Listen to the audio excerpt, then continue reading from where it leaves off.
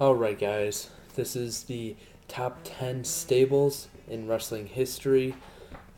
There's probably going to be a few that you disagree with, but that's just opinions right there. And yeah, let's just get this started. Um, First of all, honorable mention goes to the Nexus. I don't think they're quite top 10 worthy, but they were pretty memorable, at least for me, a newer fan who hasn't seen, not, well, I guess not too many good stables. I feel like I just need to give them a little shout out. But yeah, number 10, we start with number 10, and that is the Straight Edge Society. They had CM Punk, they had Doc Gallows, they had uh, Joey Mercury. Yeah, that's who he was. He was the masked man for a while, and then they revealed him to be just a bald Joey Mercury. And then they also had Serena. And these guys were kind of known for getting heat during their tenure in WWE. They kind of made CM Punk try to look like a fake Jesus, kind of like a savior. He was known as the straight edge savior, and they were followed like a hated cult from the WWE universe. Nobody really liked them. They loved to hate them, to quote the Miz's T-shirts. I think, I'm not sure.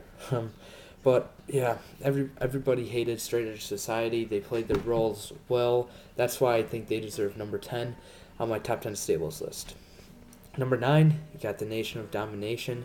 They're from the Attitude Era, and they're a bunch of African American wrestlers. You had Farouk leading the group. Then you also had, let's see, D'Lo Brown. You had Mark Henry. You also had someone known as The Rock. I'm not sure if you guys have heard of him, but they pretty much pulled the racism card on the WWE. Well, I don't want to say it's the WWE universe from the Attitude Era, but just on the WWE crowd, they got a lot of heat for it, and yeah, a lot of intercontinental title reigns, I believe. Especially with The Rock, that also caused controversy between them. But yeah, it was a good kickstart for The Rock, and they made their mark on WWE history by pulling the racism card. Number 8, you have the Fabulous Freebirds. If you guys have ever seen DVDs and wondering who the hell Michael P.S. Hayes is, he was the leader of this group. They really invented the cool three man kind of tag team stable thing that the Shield kind of followed. Also, the Freebirds were pretty much the first ones to have their own themes, or to have their own theme for like their group and everything. And also, if you guys haven't heard about it at all, if you guys are newer wrestling fans like me, Freebirds and the Von Erichs feud, they had a while ago. Well, obviously it's a while ago, but that one was money. So yeah, go check out the Fabulous Freebirds. They're at number 8. Number 7, you have the Hart Foundation. They were pretty much, well, actually they're led by Bret Hart. Also had Owen, Jim Neidhart, Natalia's dad. British Bulldog, I believe, is also in there, and I think Brian Pillman was too. And they're just talking about how the U.S. was so inferior from Canada and everything, and yeah, I'm trying to keep this video kind of short. So that's number 7, the Hart Foundation. Number 6, you have the Corporation, led by Vince McMahon. In the times of Austin versus McMahon, and Vince, his Mr. McMahon character was coming to life. So he had his own little stable, not little, but he had a stable. It had Shane, it had The Rock as champion, and it had Boss Man, it had what's his face, Ken Shamrock. So yeah, they're pretty. They really left a mark. I believe at some points they held all the championships. So yeah, you got number 6, the Corporation. Number 5, you have probably my favorite stable. just personal preference favorite stable. You have the Shield. Don't really know their legacy quite yet because it's been too soon since they disbanded. It's been 6 or 7 weeks, maybe 8, since Rollins betrayed them. And yeah, you had Seth Rollins, you had Roman Reigns, you had Dean Ambrose, everyone who they were awesome individuals, but they also thrived as a team. They put the team first, and even as faces or heels, they put on incredible matches. Nothing more you can ask for from a stable. They were very entertaining, and I think each of them individually will become stars in the WWE. Just got to give it a little more time. So that's number 5 with the Shield. Number 4, you got Evolution. They were from late 2002 to early 2005, depending how you look at it, actually. So you had Triple H, the leader of the group. He was the now, or the present. Then you had Ric Flair. You had Ric Flair, the future.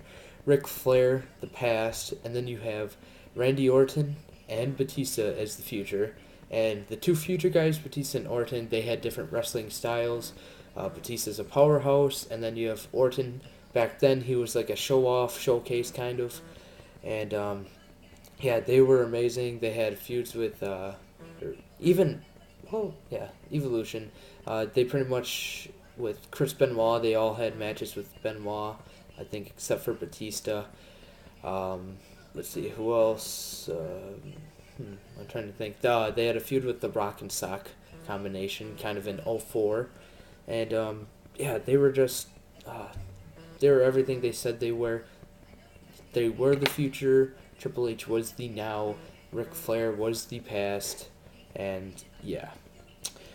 So that's number 4 with Evolution. Number 3, you have DGeneration-X. They were fucking entertaining as hell back then. From freaking driving a tank to WCW Nitro. And then they had plenty of other things. They mocked the Nation of Domination. They did so many different things that were awesome. Shawn Michaels, Triple H, New Age Outlaws, Chyna, X-Pac, Rick Rude.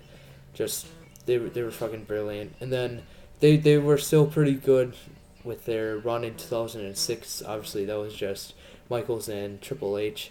But yeah, they had a great return then. I'm not too sure about 08, 09, but yeah, they were still amazing. They're pretty much created actually to combat my number 2 from WCW, NWO.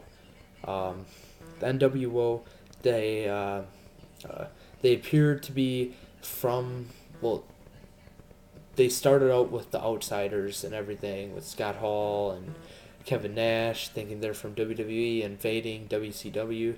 Then they eventually expanded, got Hogan, got even more people, and then it was pretty much NWO taking over WCW. NWO versus WCW went on throughout the whole period of the New World Order and everything, and that really reinvented the stable. So that's why they get number 2, the NWO. And then the number 1, pretty much the people who invented the stable.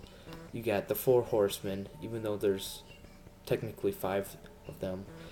But well, there's different versions of the 4 Horsemen. But they invented the stable. They were highly I'm at a loss of thought here. Goddamn, I can't think. Whatever. A new thought. They talked that they were good, and then they proved it in the ring. So, yeah. Anderson and Blanchard, I can remember from seeing documentaries on them. They were take champions, and then Nature Boy Ric Flair. He was the heavyweight champion pretty much always, and yeah. They cut some great promos. and they were ahead of their time with the stable and everything that they did. They were just great, and they're eventually in the WWE Hall of Fame in 2012, and yeah, that's number one, the Four Horsemen.